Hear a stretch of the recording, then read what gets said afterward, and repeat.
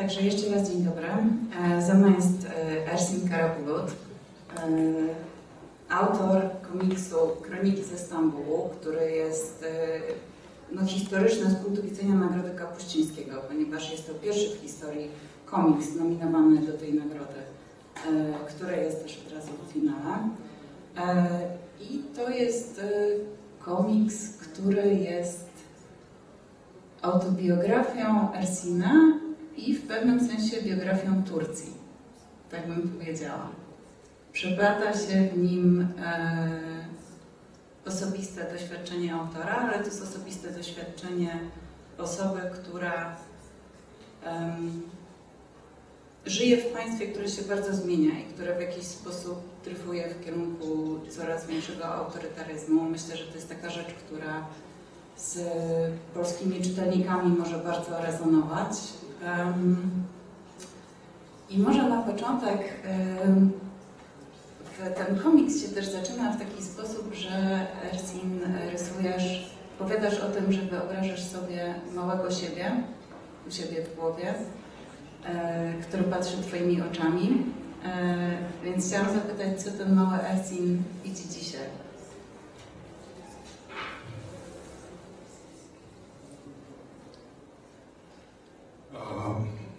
Looking at the world,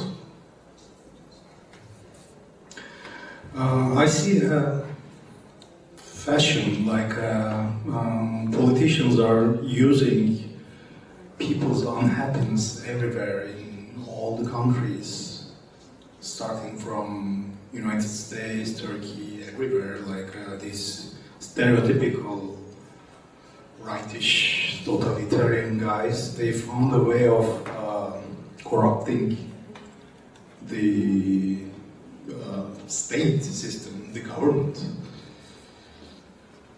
So that's what I see. Unfortunately, it's sad that I also see that they're learning from each other. They're seeing it and copying.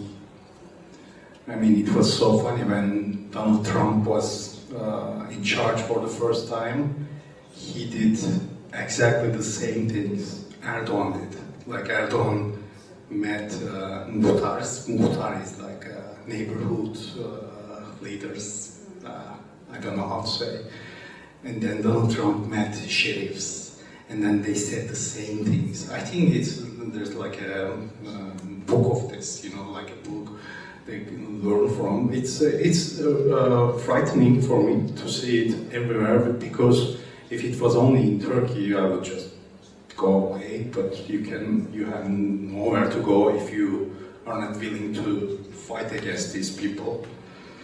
That has been what we have been doing in Turkey as these humor magazines, publishers, artists. There's a huge tradition of satire magazines in Turkey.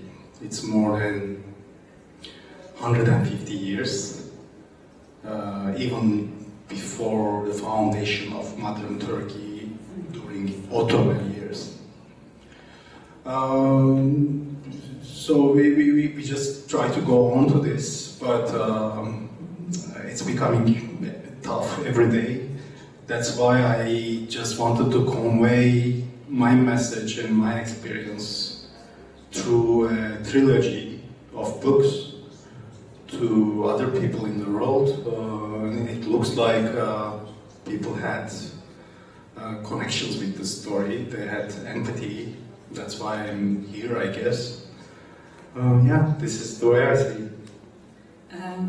Więc chciałam też zapytać Cię właśnie o Twoją osobistą historię, o to, o czym wspominałeś przed chwilą, i dojdziemy do tych rzeczy politycznych, ale chciałam trochę zacząć od w ogóle Twojej też drogi do bycia rysownikiem, bo to jest coś takiego, co jest w tym komiksie bardzo ważną też częścią i bardzo ciekawą częścią, bo opowiadasz też o tym, że od dzieciństwa absolutnie byłeś przekonany, że chcesz być rysownikiem.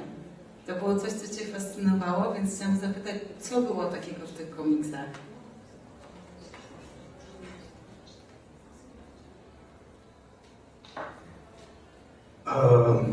my dad used to bring home magazines, like I wouldn't say comic books, but like weekly magazines, mostly traditional nationalist heroes, Turkish, you know, like Ottoman, they're like, and always European kingdoms, princes are falling in love with the hero. They're like, oh, okay, I'm gonna be Muslim, and like, so at the end, the hero kills the king and stuff. So this was a very popular thing in Turkey, comic-wise and movie-wise. So my dad used to read this a lot, and I was seeing them, but I didn't really understand that that was a profession back then. I didn't understand it was a job. After some time, I was seeing some foreign ones, like in the book, Asterix, Superman, whatever I could read. I was like, okay, like this is done by some humans. Some people are sitting on the desk and drawing this, because you don't really think, like it's there and you read it, you know, like all those characters exist. It just magically appears. Yeah, they are there. And I was like, I remembered those feelings, like, if this is a job, I must do it, you know? Because it's so magical, I think. The comic book, comic art, or some people say sequential art, sequential storytelling, is magical to me because it's, people say it's kind of like movie making. In movies, you use an edit of a compilation of short shots, scenes. But in comic, you have to pick exactly the right moments to establish a story. Like you don't have a lot of moments to show. In a movie, you can show a sequence. But let's say, especially in magazine making, you only have one page and you need to tell something. And I never been a good caricaturist, like a one panel cartoon. I'm more like to tell stories. And I think it's magical to find that right moments and convey your idea with those like 5 exact right moments. So I think it's the coolest thing in the world, you know. A czy takie szukanie tych właśnie najważniejszych momentów, tych kluczowych momentów, czy ono Ci pozwoliło też inaczej zobaczyć Twoje własne życie? Bo zakładam, że inaczej się przeżywa coś, co się dzieje na bieżąco, a zupełnie inaczej się na to patrzy w momencie, kiedy przeglądasz swoje życie i myślisz sobie, to jest ta klatka, to jest ta klatka.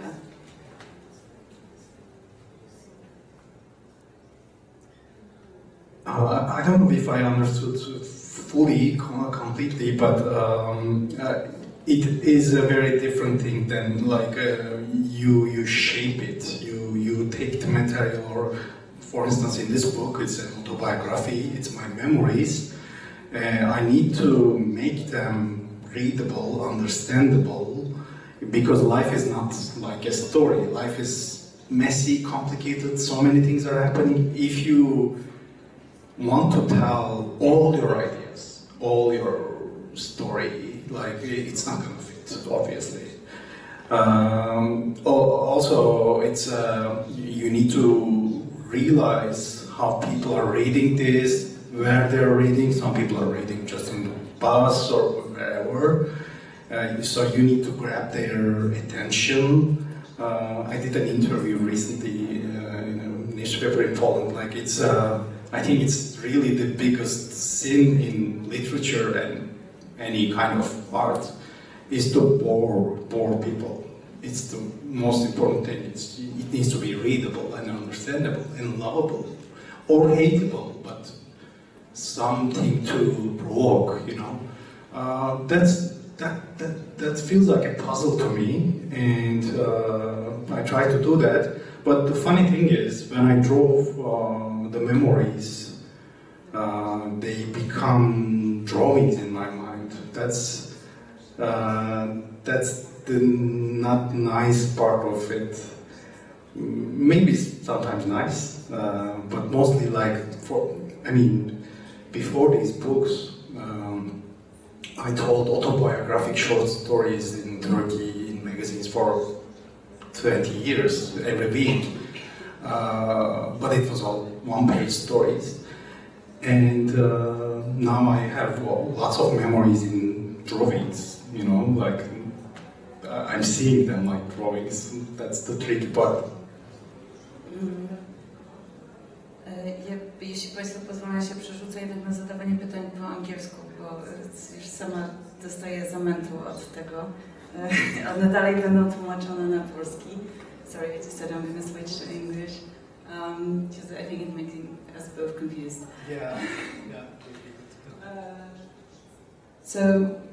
You mentioned that you picked up the interest in drawing and in comics from your dad, but then also your book shows how your dad was unhappy with your choice to become a cartoonist. Yeah. Why was that? Can you tell us about it? Because my dad was a teacher, but he, I think, wanted to make his living with paintings. He has an artist soul, and he tried, but back in those days, there was no internet. You couldn't reach out to people and grab information from. So I think he tried, and he was kind of heartbroken towards the people who didn't help him. I don't know that story that much, but he was a little resistant to art subject, even though he does paintings right now. I think he started after seeing me. He went back to painting, so he influenced me. So you inspired you then? I inspired him again. Yeah, so it's like, and now we are together inspiring my nephew. So it's like a generations of like, and also it's not only about my dad's insecurity or whatever, it's about art concept in Turkey, in a country like Turkey. Even though the magazines we have been producing were selling like high numbers, like I'm talking about 100,000 copies a week, especially in 80s, 90s, there were magazines which were selling like 300, 400,000 copies a week, which is making these magazines like third best-selling magazine in the world, I think. Even though they were popular, somehow it's always something like childish, it's not appreciated as art. It's not a serious job. Yeah, it's always like children thing. I mean, I don't know the situation in Poland, maybe. I'm sure for some people it is like that, but it started to be taken seriously in recent years. So yeah, this is the story with my dad. And how important was the politic parts? Because what you show in your comic, in your graphic novel, is also your parents being people with a lot of fears, and those fears coming from Turkey's past and their experiences that you didn't really experience as a kid born in the 80s, right? So how was that important in your family? My dad has a trauma that I drew in the story. One of his closest friends was murdered by some right-wing people back in those days before the 1980 coup, military coup. There were apparently lots of political polarization, and this person was a victim of it. The funny thing is, I mean, I shouldn't say funny about this, but my dad doesn't know that I drew this story yet. He didn't see the book. He still didn't? No, because it's not published in Turkey. Some publishers wanted to print it, but we were not sure. Their lawyers said it can be collected from the market because of just one cover in the book, which we did as animals, Erdogan animals. That cover is still, I think, in his mind. Erdogan, I'm talking about. He couldn't take it. Like that cover was won. I mean, that Penguin magazine won that case back in 2004. But years later, a university called ODTÜ in Turkey used this image in protests in their university. Then it came to life again, and people started to talk again, and then the internet was stronger, so it spread it. That's why we're not publishing it in Turkey. And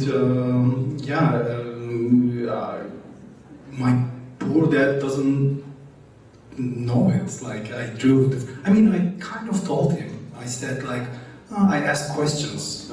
How did it happen? Like he understood it, but I think he's too kind to ask me. You know, there's the diplomatic. And you're too scared to show him. Yeah. Yeah. So, sorry, I need some water. I'll be right back with you.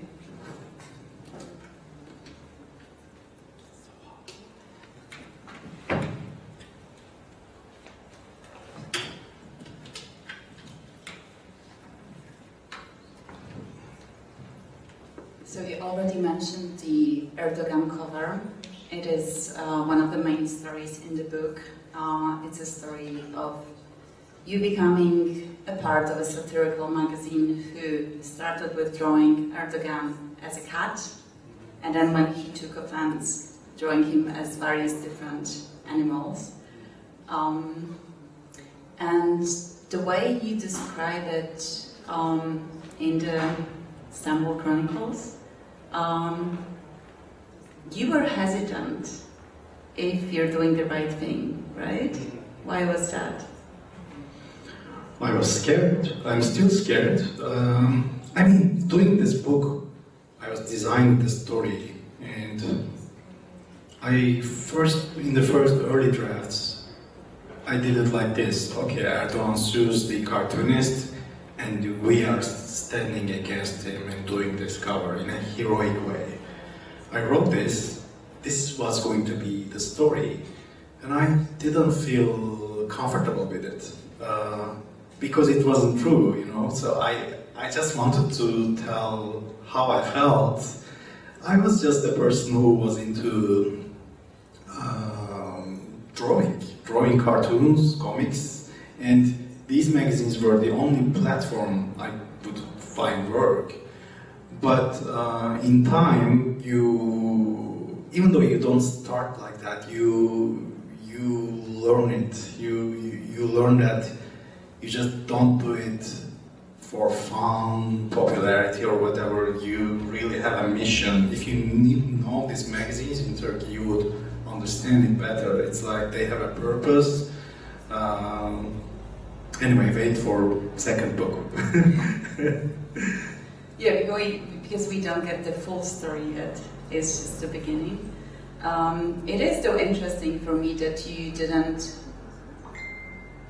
go for, like, you didn't try to make yourself a superhero, because I think that's a hard part when, like, when telling your own story, to show yourself as a person doing good things and bad things and being scared and being confused. So was it hard for you at all to talk about yourself in this way? Not really. I mean, I like it. I'm a person. If we hang out here, I'll tell you these kind of things with happiness. I'm okay with those kind of things. But of course, I knew I would take some criticism, especially, I mean, I don't know which of you read the book, but there's a moment that I would say he for myself, but he's a character. He's like cheating on his girlfriend. So this is something I drew. I kind of hesitated to do this, but I think it was also a part of the story, you know, it was part of the persona. He's just trying to be popular after lonely high school years, but at the end he learns that that's just a side thing, comes with it. Your mission is to do something. But yeah, I like to tell and learn and listen about little intimate things. So that's the funny part. I'm happy that you mentioned that, the whole story of a high school kid coming to be a popular cartoonist, and then kind of getting politicized, because it seemed to me from the book like that wasn't something that was in you from the very beginning. Like, it didn't seem like a political person, and I was wondering if you see it as a natural way, or if you see it something that you get growing up, or if you see it as something coming from the circumstances in Turkey as such. I mean, the last 20 years, 25 years, not only being a cartoonist requires to be politic now. Being also as citizen in Turkey now asks you to participate to politics. I don't know what's the percentage of participating to elections in Poland, but it's very high in Turkey. Like, it's 97 or whatever. Everybody is going to elections to vote. This is a requirement. Everybody is now politicized. This would be good, maybe normally, but there's a huge polarization now. Like, it's completely divided to two pieces. So sometimes it's becoming aggressive towards each other. But yeah, I figured that growing up in a country like this, you need to stand against something. If it's not something like, you don't need to go do some protests outside of the palace of Erdogan. But like in the book, I was in high school, and some rightish nationalist young guys, even in high school, like they're 16, they're coming to me and they're like, we heard you say things about like state not caring about Kurds, you know, because I was reading this in the magazines, and I was telling people that you wouldn't learn this, because there was no internet, you wouldn't learn this. So magazines had a big part in the youth to have a political knowledge, and yeah, I think I was affected by the magazines, and I saw this as a mission to go on and teach other people, and it kind of worked. You also seem to like the character in your book, when he meets the people working in these magazines, they're like very much idolized, I feel, and you can see that both from what he's saying and he's thinking, but also from the way you draw them, because the colors change a lot, like there's a whole glow coming out of them. So I didn't notice. So how do you feel about it now? Do you still like look at this job the same way you did when you started? Yeah, I admire those guys a lot. There are so many masters artists in Turkey. It's like it used to be a big industry, but these people are now feeling a little hopeless. The magazines started to die. We even shut down our magazine, that I will tell in the second book, that I was the editor of for 17 years, 16 years. So many artists are unemployed now, even the biggest masters, and they're too big to go to little. I think they're expecting some people to come to them. You know, I love them all, and I'm, as much as I can do, I'm introducing them to foreign publishers that I know in France or whatever. I think if there's a shyness in Turkish artists. The different thing with me, I like to talk to people and I email to people. You know, right now if you email publishers, they're returning back to you. You know. Maybe if you email them. No, lots of people I know. I'm encouraging these people, but there's a shyness, but not also shyness. There's a dark spirit, I would say. I don't know how to describe this, but I'm upset for this people not finding their way in Turkey now because they're big artists. They're precious. You mentioned before that the chronicles were not published in Turkey, they were published in France, and part of your books have their premieres in France, part of them in Turkey, right? So I was wondering how you operate between those two worlds, and do you know if the chronicles are being read in Turkey? Because I know they weren't published in Turkish, but I'm pretty sure people are able to get them. Some French-moving people read it, but I'm kind of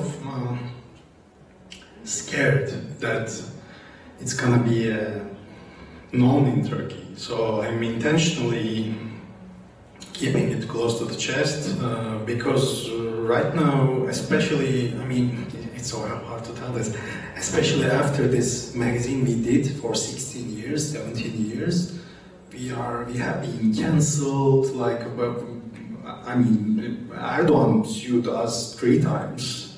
We got death threats, like people coming to the office, like sending, after Charlie Hebdo incident in France, we did a Je suis Charlie cover, all 3 big major magazines, and like I remember receiving a photo, a guy holding a rifle, AK-47, and saying, "You're gonna be the next."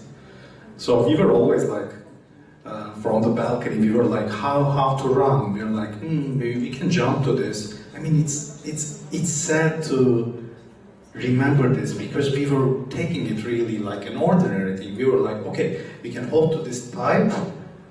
The other says, no, you go to air conditioning and hold to that. It's going to carry you. I don't know, you know. So I forgot what we were talking about.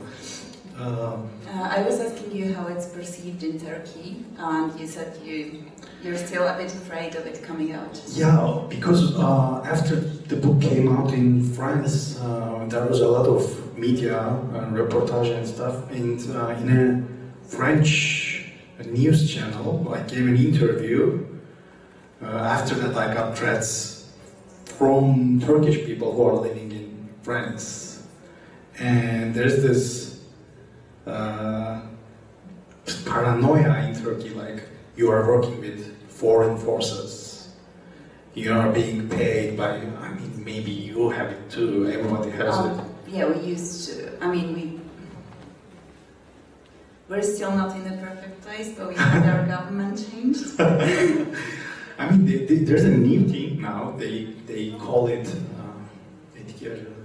they call it impact spy.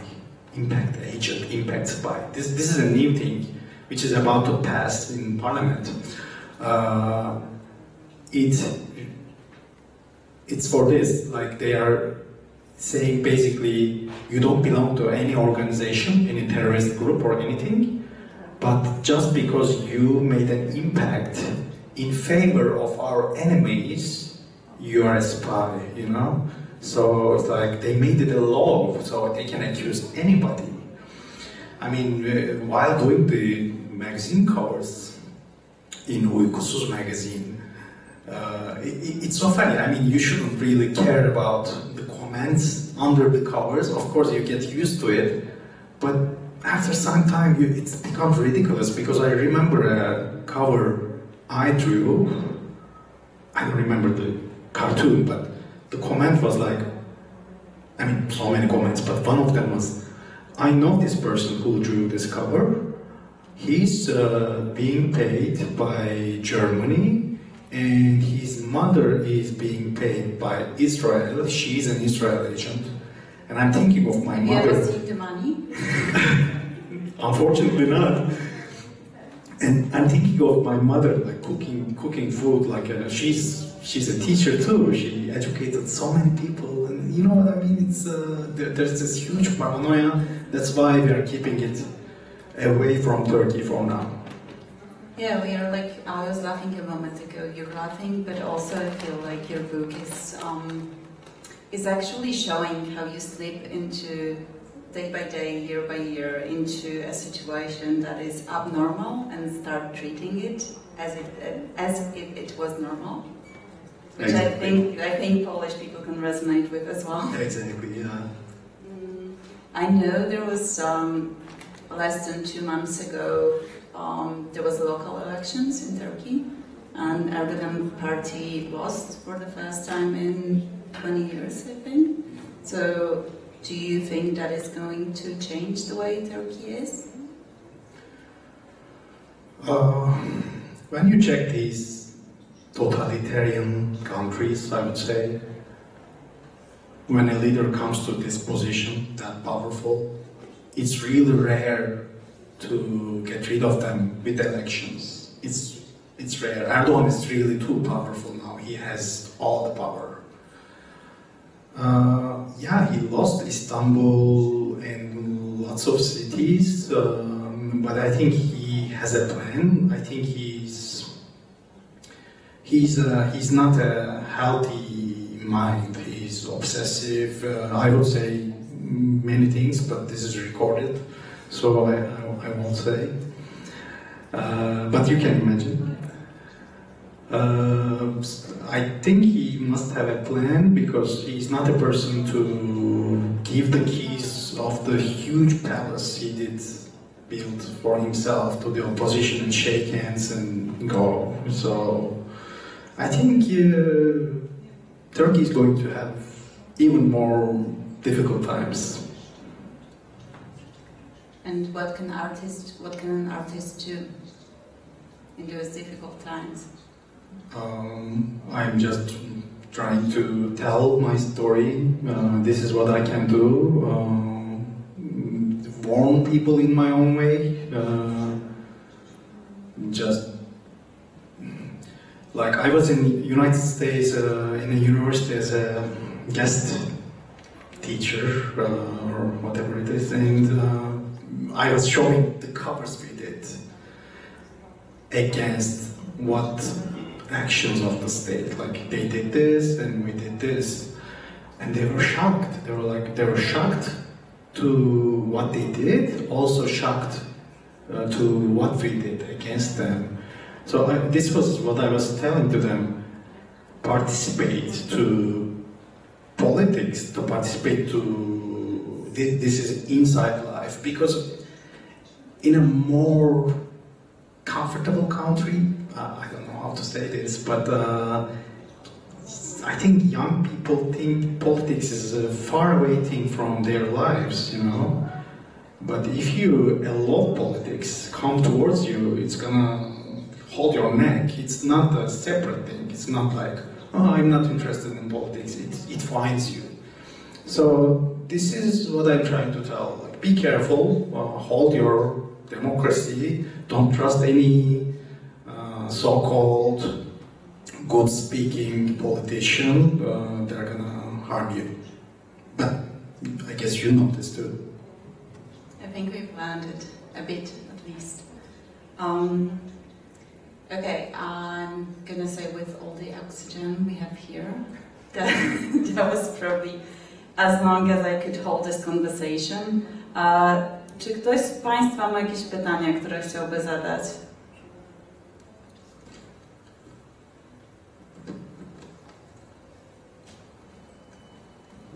As your Polish publisher, I want to ask when we will have the second volume. That was me. The reason I came here only for one day is this: I'm fully working on it. In fact, I'm coloring the cover of the second book. It's gonna be released either at the end of this year or the first week of 2025, so you're gonna have it soon. But I think it's even a more dense and complicated book. In fact, the story of the second book was the story I really wanted to tell, but there needed to be an entrance, but while writing it, I enjoyed it. I was like, okay, I want to tell this too. So, yeah, so... I felt like you used it's kind of a trick, you using your own story, the coming of age, that we know and we, it's easy to follow, to just get us to a darker place. Yeah. Oh, I have one more question. Because you're nominated to a prize that is being given for reportage or a literary non-fiction, do you think there is something that graphic novels can add to this genre, can add to this way of telling stories? Because all the other ones are traditional books. I think comics are fantastic. If you really don't like them so far, just give a chance, because most people think comics are just Asterix, Tintin, and Superman, Batman, whatever. There are so many books about everything, especially in European market now, Belgium, France. They're doing. I'm sure you're doing a lot too here. I don't really like the graphic novel term that much, because I think it's a way of saying expensive comics with hardcover, I think it's comics, it's good.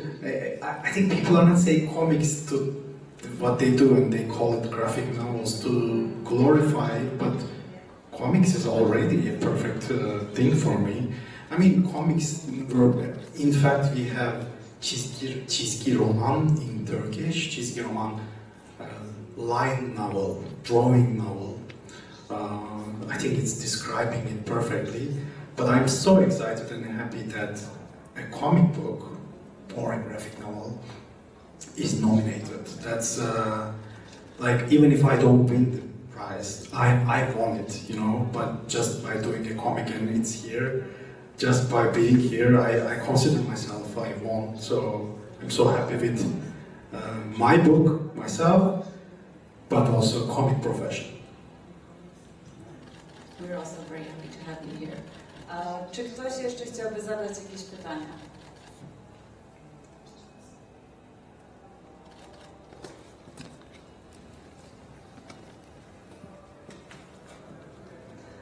Hello, I would like to ask a question. What does this award of Kapuściński mean to you? Poland is a middle-sized European country. Maybe this prize is not as prestigious as other awards you might have been awarded.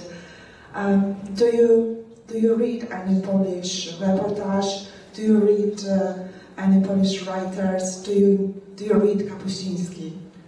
No, I don't know much, I have to say. I checked the names, I wasn't aware of the awards before, but I checked it and I was like, oh, okay, this is big.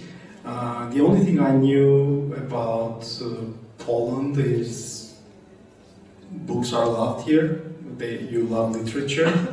I knew this, I know that you have a lot of Nobel Prize winning writers, and so it means a lot. Like I said, it's like I'm showing off to everybody now.